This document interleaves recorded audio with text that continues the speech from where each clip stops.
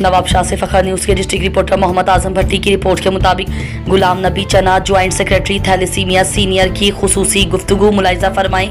नवाब शाह रोटी क्लब नवाब शाह पारां 26 जनवरी अचे ॾींहुं सुबुह जो 8 खां शाम 4 बजे ताईं थेलीसेमया में मुख़्तलिफ़ ॿारनि जे लाइ कैंप लॻाई वेंदी।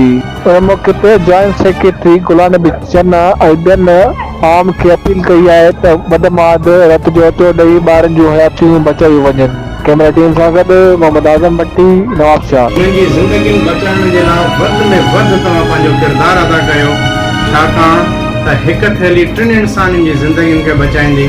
हिन में तव्हां जेके बि मर्द औरतूं असांजा भाइर असांजूं भेणूं सभु बची सघो था ऐं वधि में वधि रत जो अतियो ॾेई करे इंसानी ज़िंदगियुनि खे बचायो। Thank U.